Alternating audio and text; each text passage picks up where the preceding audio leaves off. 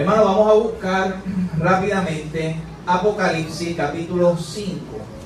Apocalipsis capítulo 5. Apocalipsis es un libro sumamente fácil de encontrar. Sumamente fácil, porque es el último libro. Apocalipsis capítulo 5.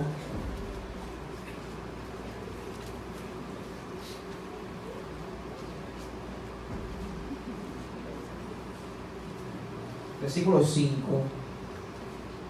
y versículo 6.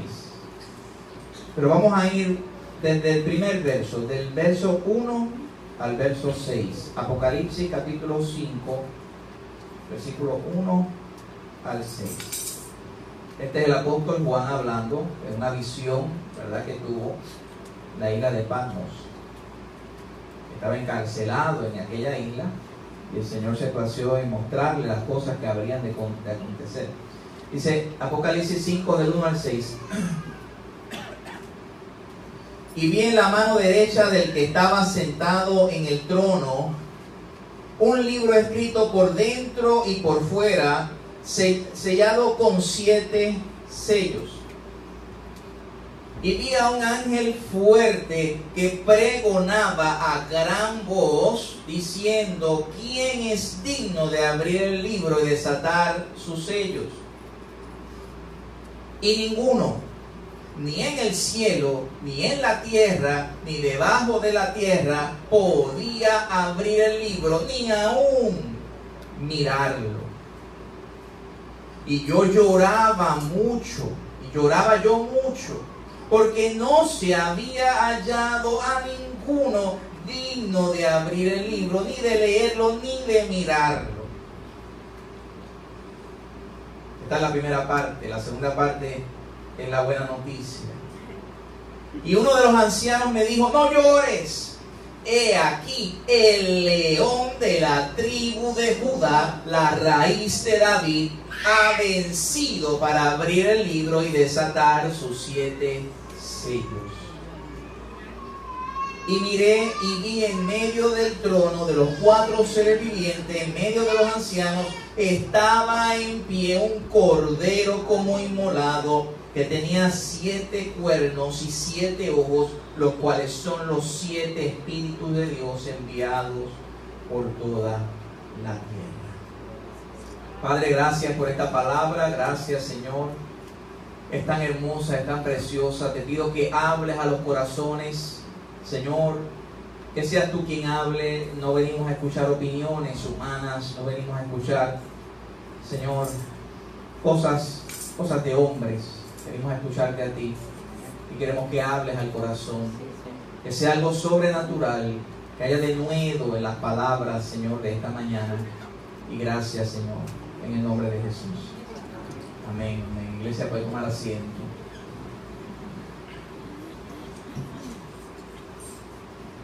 Vemos una escena triste y a la misma vez alegre. El título de la mañana de hoy es El Cordero y el León. Diga conmigo: el Cordero y el León. Esto lo venimos escuchando desde hace mucho tiempo. Quizás una de las primeras veces que escuché esto fue en los años 90, cuando salió una canción que ahorita vamos a cantarla, que se titula así: El Cordero y el León. Y aquí vemos la escena en que había algo imposible de hacer. Era abrir el libro que tenía el Padre en su mano derecha. Y dice que ni tan siquiera nadie podía mirar ese libro. Y dice el verso 4 que Juan lloraba mucho. Dice: lloraba yo mucho. No había nadie. ¿Quién podía hacer eso? ¿Quién podía abrir el libro, leerlo, mirarlo? ¿Quién podría hacerlo? Y de repente uno de los ancianos, ¿verdad?, de los 24 ancianos que habla Apocalipsis, le dijo: no te preocupes. Y aquí es la única parte en la palabra en donde se describe versículo a versículo, es decir, un versículo y luego el otro, que Jesús es el león de la tribu de Judá, de la raíz de David, y que Jesús es el cordero inmolado. Quizás muchas personas dicen, pero ¿qué contradicción es esta? Un cordero es alguien que es humilde, es decir, un cordero es un animal sumamente sumiso, humilde, aunque hay algunas ovejitas por ahí que son rebeldes, ¿verdad? Pero por lo general son humildes. El león es majestuoso, se para fuerte, ¿verdad? Con mucha majestuosidad. El cordero es frágil, sumamente frágil. El león es fuerte. El cordero es manso. El león es agresivo, voraz, ruge. El cordero es una presa. El león es un depredador. Pero ¿por qué razón se utiliza estos dos animales para simbolizar a Jesucristo? ¿Por qué se usan animales para simbolizar a Jesucristo? Bueno, no sé si alguno de ustedes ha visto uno de los episodios de Superman, Smallville, que es una serie sobre 200 capítulos que comenzó en el 2011. Y los primeros capítulos de Superman está Lex Luthor. ¿Se acuerdan de Lex Luthor? Lex Luthor es uno de los archienemigos de Superman. Y en una ocasión, sin él saber que este personaje es Superman en la parte humana, que es Clark Kent, ¿verdad? Viene entonces y tiene un accidente Lex Luthor y se iba a morir en un lago. Y viene Superman, Clark Kent, y coge y rompe el carro y lo saca y lo revive. Y en agradecimiento por eso que él le había hecho, que Superman le había salvado la vida. Es decir, Lex Luthor tenía una deuda con Superman, porque Superman le había salvado la vida. En agradecimiento le compra una Pick-up del año, una Pick-up carísima, un gran regalo por una gran obra. El problema que el ser humano tiene es que tiene una deuda. ¿Cuántos de los que están aquí tienen deudas? Yo tengo unas cuantas deudas. Y cuando tenemos deudas, tenemos ese sentido de que tenemos que pagar esa deuda. Por supuesto, cuando nosotros somos responsables. Y en la palabra se habla de que hay una deuda que el hombre tiene con Dios, que el hombre tiene que pagar. El hombre no se va a salir con la suya. Cuando hablo del hombre, hablo del género humano. No nos vamos a salir con la nuestra. Alguien tiene que pagar esa deuda que hemos tenido con nuestro Creador, con el gran jefe, con el Rey de Reyes, con el Señor de Señores. Cuando Adán y Eva estaban en el huerto del Edén, ellos estaban lo más tranquilos. Ellos estaban, dice que estaban desnudos. De hecho, ante la presencia de Dios estaban desnudos. Una vez Adán y Eva pecan, dice la Biblia que se escondieron de Dios. Ya se sentían avergonzados. Sabían que tenían que darle cuentas a aquel que los creó. Y Dios hizo el primer sacrificio en la Biblia, porque el hombre tenía que cubrirse. Dice que le hizo túnicas de pieles al hombre. Luego de eso vemos que sin Dios decir ni una sola palabra, Abel y Caín llevaron una ofrenda a Dios. ¿Por qué llevaron una ofrenda a Dios? Porque sabían que tenían una deuda que tenían que pagar. Caín llevó del fruto de la tierra, Abel llevó de lo más gordo. Y ahí comienza la primera parte en la Biblia en que se habla de oveja, de cordero, de lo más gordo de sus corderos. Llevó lo mejor porque la deuda era alta. Pero ese sacrificio que hizo Abel, aunque fue un sacrificio grato delante de la presencia de Dios, no fue suficiente para pagar la deuda de la humanidad. Viene Noé, y ustedes saben la historia de Noé. Estamos hablando un poco del Antiguo Testamento. Vamos a hacer un recorrido del Antiguo Testamento, un resumen.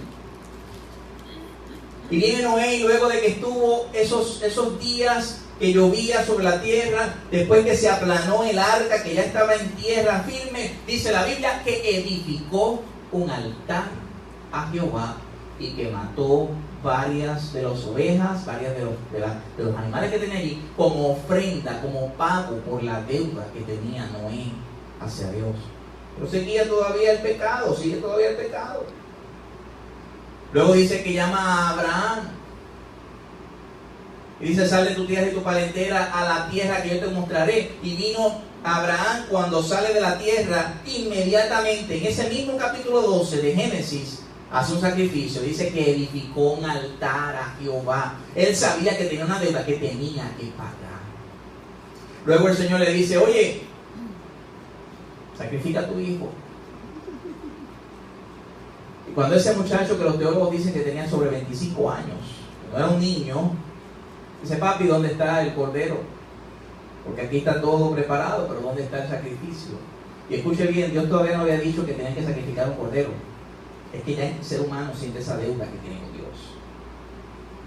Abraham le dice estas palabras: no te preocupes, Jehová Jireh, Dios proveerá. Y en el mismo momento en que Abraham iba a sacrificar a su hijo, sale llorando, gritando, ven un carnerito, ven una ovejita por ahí que estaba en los arbustos. Jehová aprovechó en esa ocasión. Luego vemos en el libro de Éxodo las 10 plagas, la 10ª plaga, que es que tenían que sacrificar, o que el ángel de la muerte iba a pasar por Egipto, iba a sacrificar los primogénitos de cada uno de los egipcios. Pero le dijo al pueblo de Israel: vayan ustedes a sus tiendas y pinten de rojo con un cordero, sangre de cordero, y se van a comer todo el cordero, inclusive las vísceras y los intestinos y todo se lo van a comer. Porque esta noche va a pasar el ángel de la muerte, y cuando vea sobre sus casas que ustedes tienen la sangre del cordero, ese ángel los va a perdonar por esa noche. Pero nada de eso quitaba el pecado, nada de eso quitaba la culpa. Luego vemos el tabernáculo, cuando Dios le dice a Moisés, a Aarón, que tenían que sacrificar cordero. Y de hecho la palabra dice en Éxodo 28:34, Éxodo 29:38, disculpen, dice que esto lo ofrecerás en el altar. Escucha bien: 2 corderos de 1 año cada día, continuamente. Ofrecerás 2 corderos de 1 año, uno por la mañana y otro por la tarde. Yo me imagino, Aarón era un experto sacrificador de corderos. Todos los días tenía que sacrificar corderos. ¿Sabe por qué tenía que sacrificar corderos todos los días? Porque todos los días el ser humano peca. Todos los días nosotros cometemos pecado. Y tenemos una deuda alta con Dios. ¿Cómo vamos a pagar esa deuda?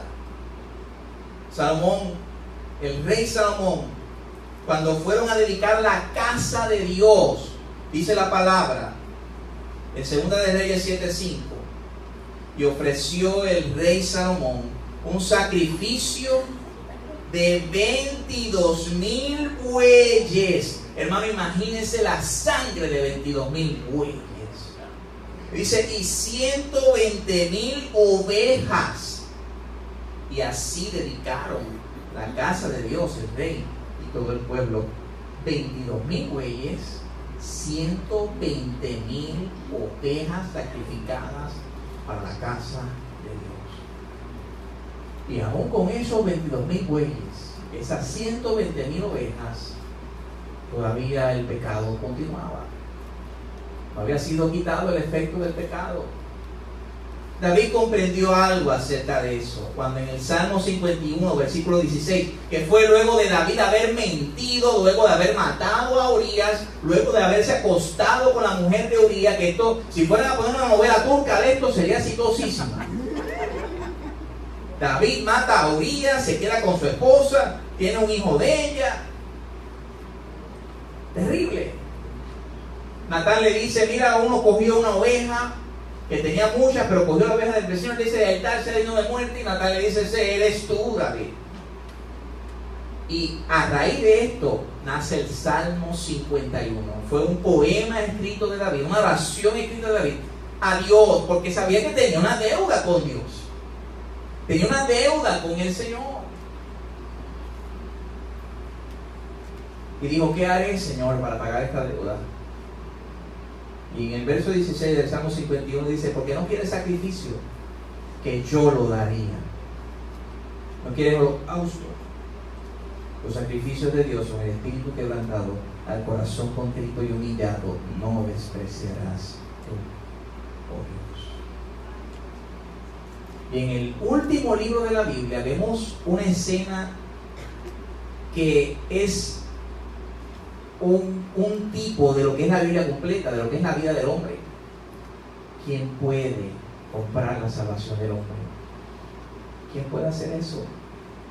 ¿Quién puede hacer que tengamos paz con Dios? ¿Quién puede hacer que esa deuda que nosotros tenemos, que es alta, sea pagada? Acompáñame a Isaías 53. Isaías capítulo 53. El cordero y el león. En Isaías 53 habla del cordero de Dios.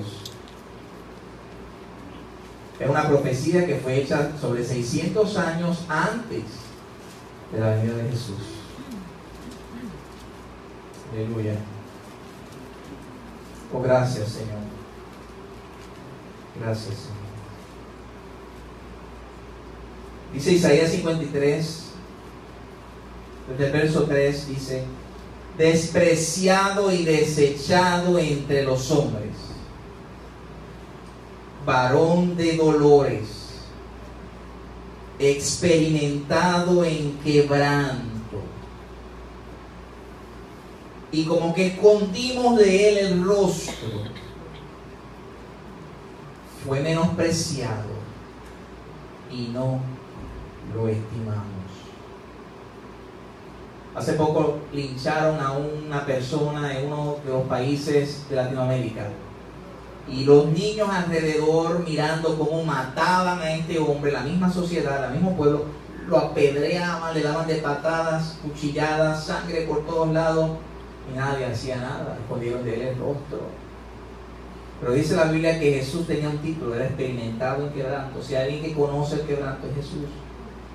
Dice el verso 4: ciertamente llevó él nuestras enfermedades, sufrió nuestros dolores, nosotros le tuvimos por azotado, por herido de Dios y abatido, mas el herido fue por nuestras rebeliones, molido por nuestros pecados. ¿Sabe lo que significa eso? Que los pecados tuyos fueron cargados en la cruz del Calvario, que todas las cosas malas que tú has hecho desde que tú eres pequeño y todas las cosas malas que vas a hacer hasta el fin de tus días estuvieron ahí, y ese castigo no se dio a ti, se dio a Jesús. Mas el herido fue por nuestras rebeliones, molido por nuestros pecados, el castigo de nuestra paz. Es decir, tú tienes paz, pero es porque esa paz tuvo un precio. El castigo de nuestra paz fue sobre él, y por su llaga fuimos nosotros curados.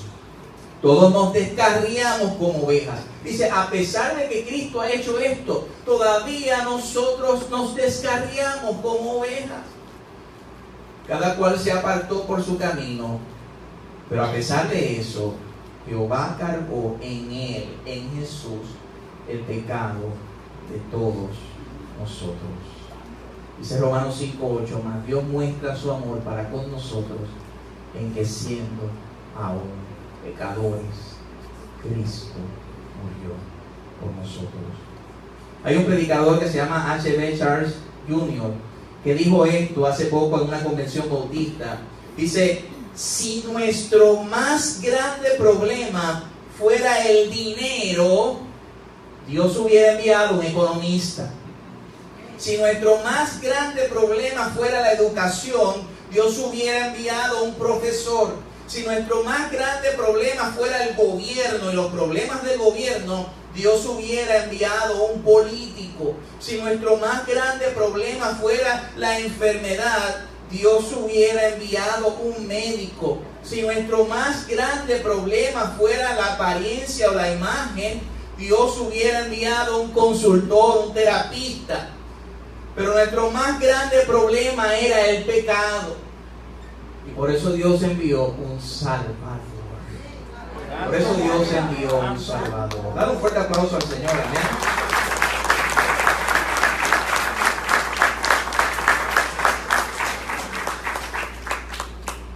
Juan el Bautista fue el gran evangelista del tiempo de Cristo. Y cuando Juan el Bautista vio a Jesús, rápidamente lo identifica.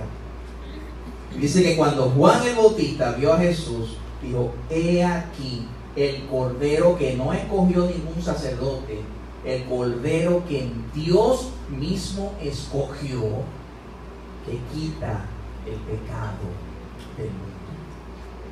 El problema era de nosotros. Mas sin embargo, siendo el problema de nosotros que teníamos con Dios, porque Dios no puede perdonar porque sí. Hay personas que dicen: no, si Dios puede perdonarnos porque Dios puede... No, porque Dios es un Dios santo, un Dios justo. Necesita un sacrificio. Dice que sin derramamiento de sangre no hay perdón de pecados, no hay redención.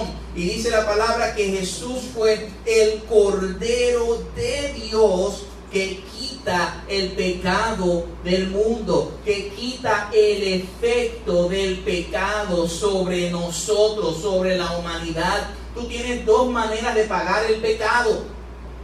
Tú tienes dos formas de pagar tu deuda con Dios. O te suscribes y te llenas de Jesucristo, y que la sangre de Jesucristo te limpie de todo pecado, para que cuando pase la ira de Dios sobre tu casa, sobre ti, esa ira de Dios pase de largo. O pagas una eternidad en un infierno, y aún una eternidad en un infierno no paga lo que tú has hecho con un Dios santo. Lo más grande del Evangelio no es que nosotros hayamos escogido a Dios. No es que nosotros hayamos dicho: yo quiero servirle a Dios. Lo más grande del Evangelio es que Él haya dicho: yo quiero salvarte a ti. Yo quiero salvar a tu familia. Y yo voy a descender a este mundo para salvarte a ti, en propiciación por tus pecados. Dice la palabra: por eso el Padre me ama, Jesús hablando, porque yo pongo mi vida para volverla a tomar. Nadie me la quita, sino yo de mí mismo la pongo. Tengo poder para ponerla y tengo poder para volverla a tomar. Aparte de Él ser el Cordero, Él es el sacerdote perfecto. Porque en aquellos tiempos, si el sacerdote no estaba bien delante de Dios, tenían que sacarlo con una soga, porque ponían campanitas en su pierna. Si el sacerdote, que es el que es intermediario entre Dios y nosotros, iba a donde estaba el lugar santísimo, que nadie podía entrar en ese lugar santísimo, y veía a Dios que él estaba en pecado, estaba en una condición que no era la correcta, caía muerto en ese momento, y tenía una soga, y los hijos de Israel tenían que sacarlo de esa soga, tenían que sacarlo con esa soga de ese lugar. Pero dice Hebreos 7:25, por lo cual también puede salvar perpetuamente a los que por Él se acercan a Dios, viviendo siempre para interceder por ellos. Porque tal sumo sacerdote nos convenía, santo, inocente, sin mancha, apartado de los pecadores y hecho más sublime que los cielos, que no tiene necesidad cada día, como aquellos sumos sacerdotes, de ofrecer primero por sus propios pecados y luego por los del pueblo, porque esto lo hizo una vez para siempre, ofreciéndose a sí mismo. La palabra de Dios dice en Hebreos 10:12, pero Cristo, habiendo ofrecido una vez para siempre un solo sacrificio por los pecados, se ha sentado a la diestra de Dios, y de ahí en adelante, esperando que sus enemigos sean puestos por estrado de sus pies, porque con una sola ofrenda hizo perfectos para siempre a los santificados. No te condenes más. A veces nosotros nos condenamos y decimos: ¿qué tengo que hacer para agradar a Dios? Ya lo que se hizo para agradar a Dios se hizo en la cruz del Calvario. Tú no puedes comprar tu salvación. Tú no puedes agradar a Dios más de lo que ya esa ofrenda le agradó. Tú lo que puedes es vivir en agradecimiento por lo que se hizo una vez en la cruz del Calvario. Vivir en libertad, vivir en paz, respirar gozo, respirar tranquilidad. ¿Sabes por qué? Porque ninguna condenación hay para los que están en Cristo Jesús, los que no andan conforme a la carne, sino conforme al Espíritu. Santiago dice: todos ofendemos muchas veces, Y si alguno nos ofende en palabra, este es varón perfecto. Pero esa frase lo dice en términos figurativos, porque no existe varón perfecto. Y cada vez que yo ofendo en palabras, y cada vez que cometo errores, y cada vez que tropiezo, y cada vez que caigo, digo solamente esta frase: gracias, Jesús, porque el pago por mi pecado fue hecho en la cruz del Calvario hace 2000 años atrás. Gracias porque me has dado libertad. Gracias porque ahora puedo andar tranquilo. Y aun cuando venga Satanás, y cuando vengan los demonios, y cuando venga la gente y te diga: y eso que tú eres cristiano, tú le vas a decir: ya yo estoy cubierto por la sangre de Jesucristo que me limpió de todo pecado. Ahora yo tengo acceso al trono de la gracia. Ahora yo puedo entrar en libertad, porque no tengo que hacer sacrificios, porque ya el sacrificio fue hecho en la cruz del Calvario por mí. Mira, de tal manera amó Dios al mundo, que dio a su Hijo unigénito, para que todo aquel que en Él cree no se pierda, mas tenga vida eterna. El amor más grande que puede existir es dar a un hijo por otro. Ninguno de nosotros haríamos eso por ninguno de los que están aquí.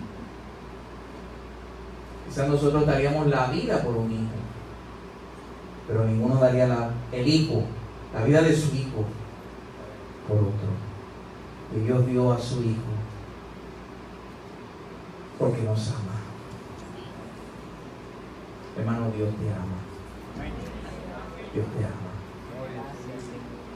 Y aunque somos polvo y fuimos creados del polvo de la tierra, tú eres tan especial para Dios. Pero tan especial para Dios. Si tu padre y tu madre te dejaran, con todo Jehová te recogerá. Vales tanto. El alma de un ser humano es tan valiosa.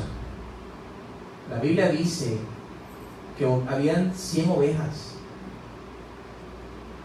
y una de ellas se extravió. Dice que el pastor de las ovejas dejó las 99 porque estaban en buen cuidado, porque estaban bien. Dice: voy a buscar esa oveja. Y esa oveja fuiste tú, fui yo. No buscamos a Dios, no teníamos a Dios en nuestros pensamientos. Él nos buscó. Es por gracia, es por su misericordia. De manera que podamos ganarnos esto. Estamos seguros en Cristo. ¿Estás seguro en Cristo, hermano? Amén. Dice: con una sola ofrenda hizo perfectos para siempre a los santificados. Pero no es solamente el Cordero. Él es el Cordero de Dios que quita el pecado del mundo. Pero la Biblia también dice que Él es el león de la tribu de Judá. ¿Qué es esto del león de la tribu de Judá? Acompáñame a Génesis capítulo 49.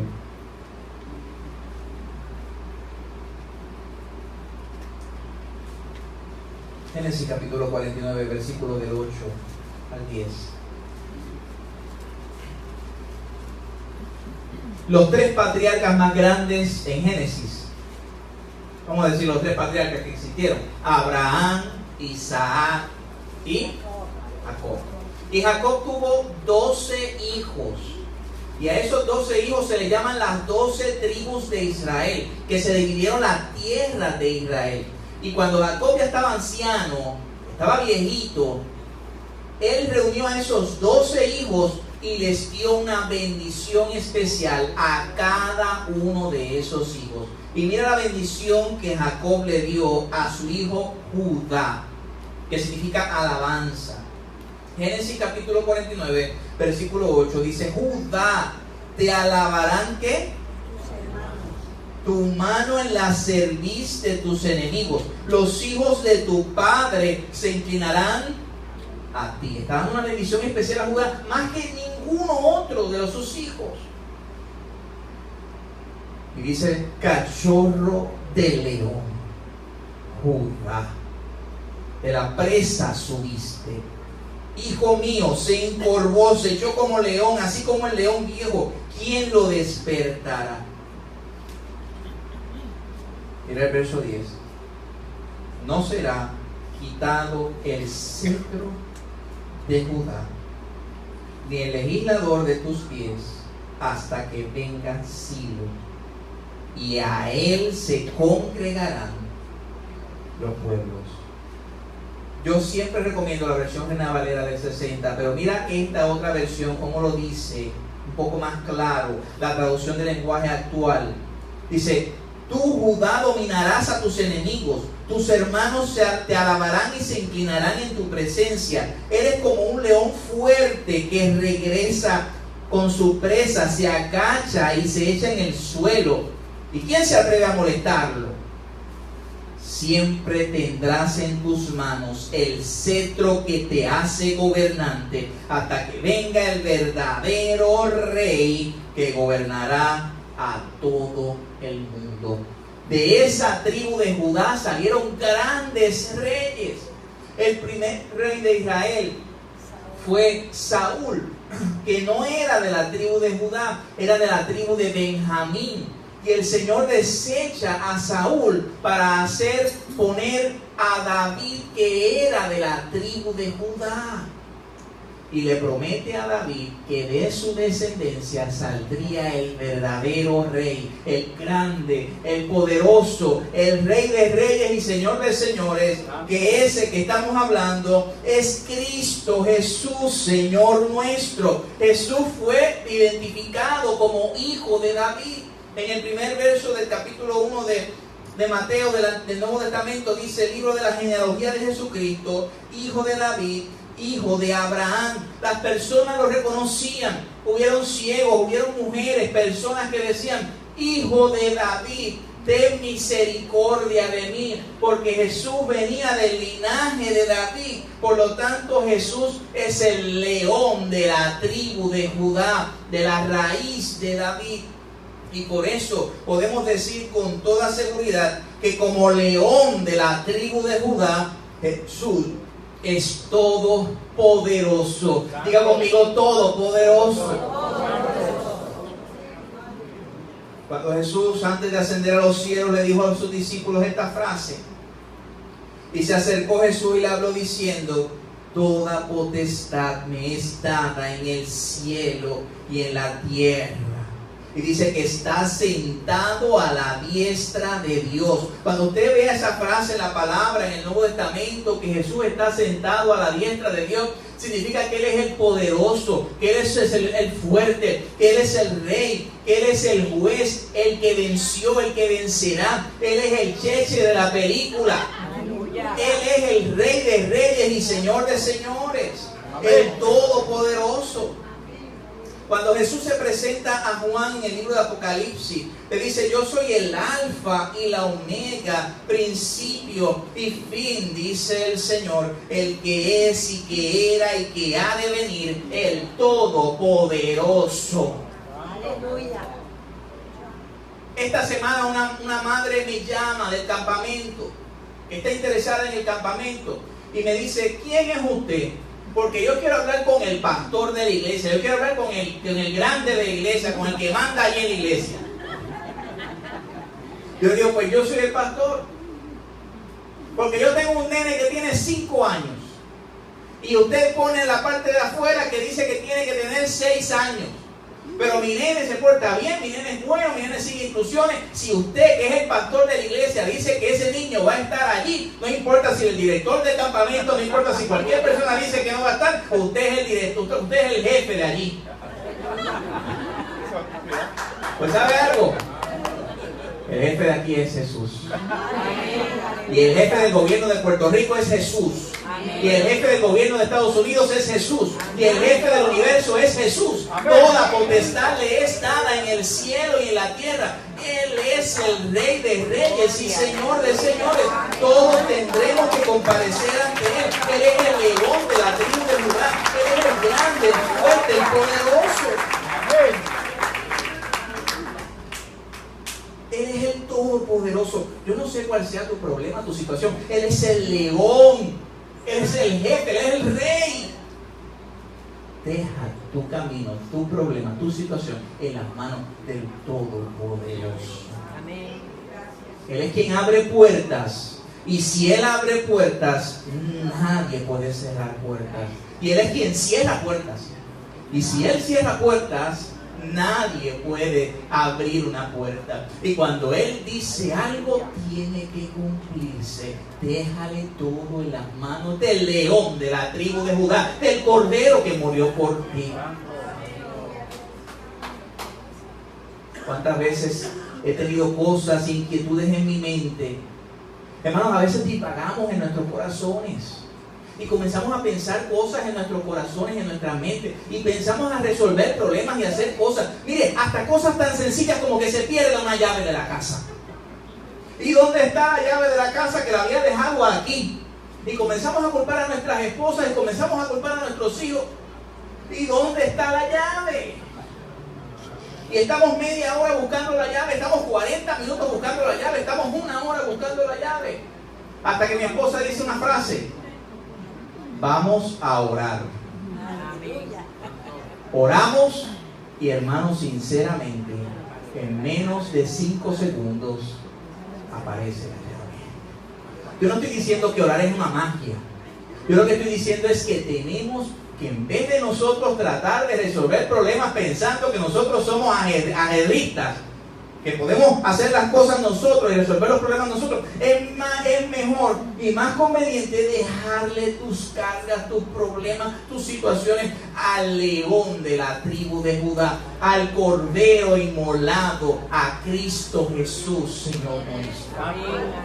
Dice la palabra que cuando Jesús venga, los reyes de la tierra van a ponerse en los peñascos, van a estar en las piedras y van a decir: escondernos de la ira del Cordero de Dios, del león de la tribu de Judá. Dice la palabra en Apocalipsis 19 que cuando Él venga, sobre su muslo está escrito: Rey de Reyes y Señor de Señores.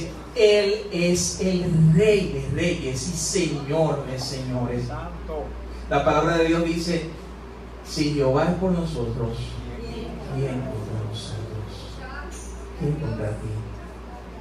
Él es el Señor, Él es el Rey. Dice la Biblia que por lo cual Dios le exaltó hasta lo sumo y le dio un nombre que es sobre todo nombre, para que en el nombre de Jesús se doble toda rodilla. Y mira las 3 características de los que están en los cielos. Todo ángel tendrá que doblar sus rodillas ante Él. De los que están en la tierra, todos los que estamos aquí en la tierra tendremos que doblar nuestras rodillas ante Él.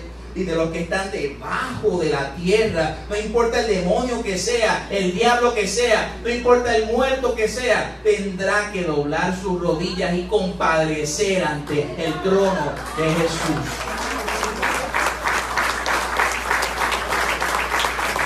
Él es el cordero inmolado, pero también es el león de la tribu de Judá. Él venció sobre todo potestad. Gracias, Señor. Amén. Dice en Hebreos 2:14: así que por cuanto los hijos participaron de carne y sangre, Él también participó de lo mismo, para destruir por medio de la muerte al que tenía el imperio de la muerte, esto es, al diablo. Él venció en la cruz, Él exhibió públicamente, aleluya, a los principados y potestades. Dice Colosenses 2:13: y a vosotros, estando muertos y en la incircuncisión de vuestra carne, os dio vida juntamente con Él, perdonándonos todos los pecados, anulando el acta de decretos que había contra nosotros, anulando ese acta de decretos. Miren, hermanos, hace 2 años atrás aproximadamente, mi esposa y yo hicimos unos préstamos estudiantiles.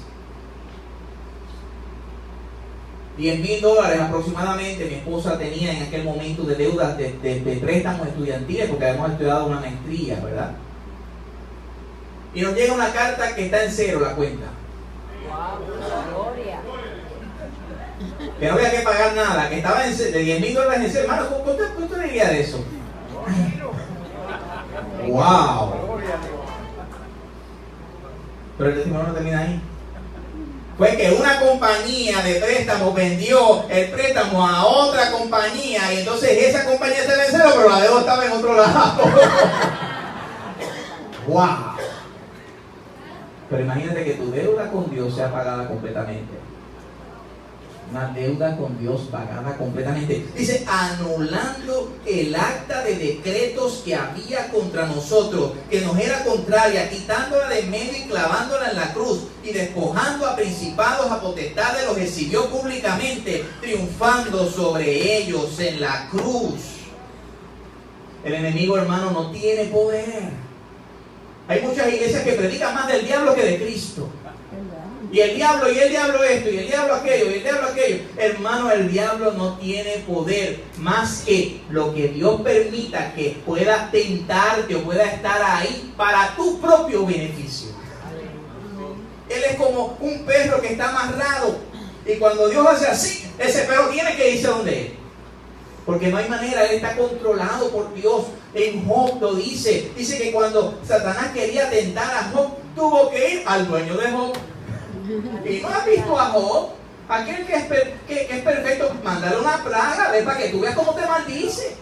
Bueno, puedes tocar su cuerpo, pero no toques su alma. Y Pedro, cuando Satanás quiso zarandear a Pedro, no fue donde Pedro directamente, fue donde el jefe, el dueño, el rey, el salvador de Pedro, diciéndole, Jesús, ¿puedo zarandear como a trigo a Pedro? Y Jesús le dice, puedes zarandearlo, pero ustedes ven el resultado. Pedro fue zarandeado como a trigo, pero lloró amargamente, y Jesús lo restauró al decirle, Pedro, ¿me amas? Señor, tú sabes que te amo. ¿Me amas? Apacienta mi cordero. Tú sabes que te amo. Pedro, ¿me amas? Señor, tú lo sabes todo. Tú sabes que te amo. Satanás no tiene poder, hermano. Él fue derrotado en la cruz del Calvario. Aleluya, gracias, Señor. Santo. Y el postrer enemigo que será destruido, dice la palabra, que todavía ese enemigo existe entre nosotros, que lo vemos todos los días, que lo vemos semana tras semana. Ese enemigo todavía no ha sido destruido, pero va a ser destruido. La Biblia dice que el postrer enemigo que será destruido es la muerte. Todos tenemos que morir. Ayer estaba viendo una película de un joven que era un grandioso jugador de fútbol. Tenía 22 años, un caso real, año 1999, le fue dado un contrato millonario con la NFL, que es la Asociación de Fútbol Americana. 11 días apenas, 11 días que él firmó ese contrato, tuvo un accidente de tránsito y falleció. Y el hermano decía, ¿por qué? Si él era cristiano, él le servía al Señor y tuvo esa bendición de tener un contrato millonario, ¿por qué pasan estas cosas? El pastor decía en aquel momento, mira, hay muchos por qué que no vamos a entender, es la muerte que es así.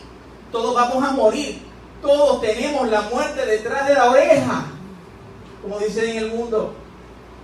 Pero yo sí puedo decir que la muerte será destruida y que él ahora que está muerto, está vivo, porque está en los brazos del Señor.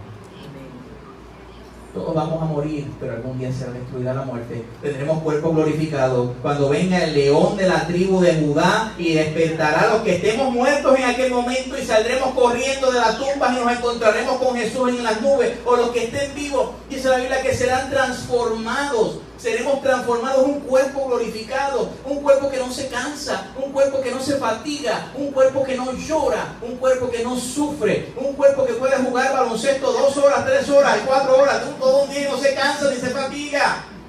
¿Cuántos de ustedes se cansan y se fatigan? Yo no llego todavía a los 40. Aunque aparento, ¿verdad? El rostro mío aparenta más, yo lo sé. Todavía no llego a los 40. Y a veces estoy, hermano, que no puedo levantarme de la cama. Cuerpo, levántate. Yo no me imagino los que están en los 90, los 40 y pico, los 50, los 60, los 70, los 80, los 93 de mi hermano Aquilino, que Dios lo bendiga, ¿verdad? Que sabemos que... Imagínate tú levantarte. Yo no sé si te ha pasado a ti, porque ya a mí me está pasando ya. A mí me está pasando que yo estoy viendo a los nenes que yo digo, ¿cómo es posible que se muevan tanto y brinquen tanto si yo no puedo hacer eso? Imagínate tú con un cuerpo glorificado, en lo que tú puedas adorar al Señor, no cansarte, bendecir su nombre porque el postrer enemigo que será destruido es la muerte. Es una iglesia bautista de España. En el website de esta iglesia, Iglesia Cristiana Evangélica de Ciudad Real, aparece esta tabla que es muy interesante. En la primera venida de Cristo, Cristo vino como un cordero, como un niño recién nacido. En su segunda venida, que vendrá como un león, vendrá como un guerrero vencedor. Jesús es el cordero porque vino pobre, débil e indefenso. Jesús es el león porque vendrá en poder y gran gloria. Jesús es el cordero porque vino para servir. Pero cuando Él venga, todos le reconocerán como Señor y todos tendrán que doblar sus rodillas y servir al león de la tribu de Judá. Jesús vino para morir. Como cordero fue llevado al matadero. Pero Jesús vendrá para reinar por toda una eternidad. Jesús vino para salvar como cordero a los pecadores, pero vendrá como Rey de Reyes y como Señor de Señores, como el león de la tribu de Judá. Jesús vino como un cordero, se humilló a sí mismo hasta la muerte, pero Jesús vendrá como el gran juez, como el Rey de Reyes y Señor de Señores. Él es el Cordero de Dios que quita el pecado del mundo. Amén. Pero es el león de la tribu de Judá.